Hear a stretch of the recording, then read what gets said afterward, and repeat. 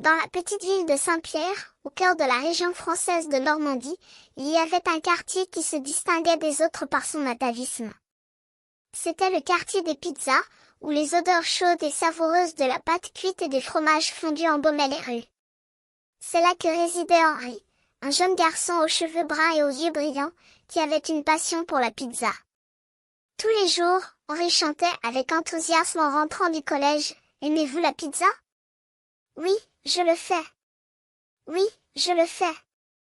J'aime la pizza. » Sa voix résonnait dans les rues, attirant les sourires des passants qui s'arrêtaient pour le regarder avec émerveillement. Pour Henri, la pizza c'était plus que juste un plat, c'était une part de lui-même. Mais il y avait un autre élément qui faisait partie intégrante de la vie de Henri, son détestation pour le poulet. « Aimez-vous le poulet ? » ?»« Non, je ne le fais pas. »« Non, je ne le fais pas. Je n'aime pas le poulet, » chantonnait-il avec un dédain évident. Il faisait même des grimaces pour exprimer son répulsion.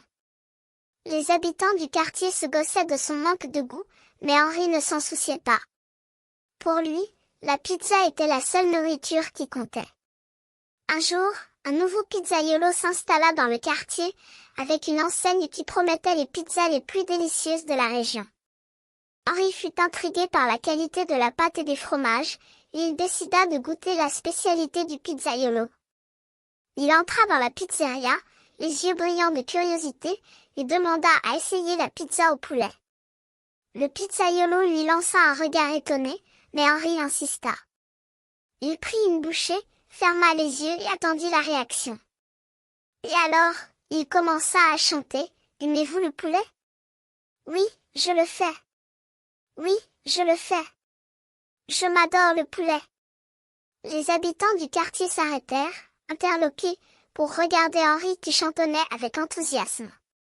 Le pizzaiolo, ému par la transformation de l'enfant, le félicita pour son courage et lui offrit une pizza gratuite.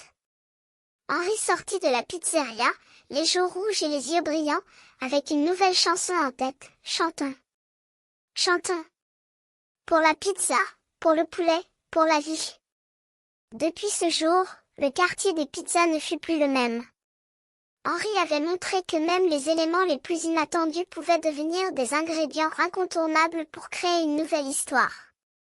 Et chaque fois que les habitants du quartier se réunissaient pour partager un plat de pizzaiolo, ils chantaient ensemble, avec Henri à la tête, la nouvelle chanson qui faisait résonner les rues de Saint-Pierre. « Chantons. Chantons. Pour la pizza, pour le poulet, pour la vie. »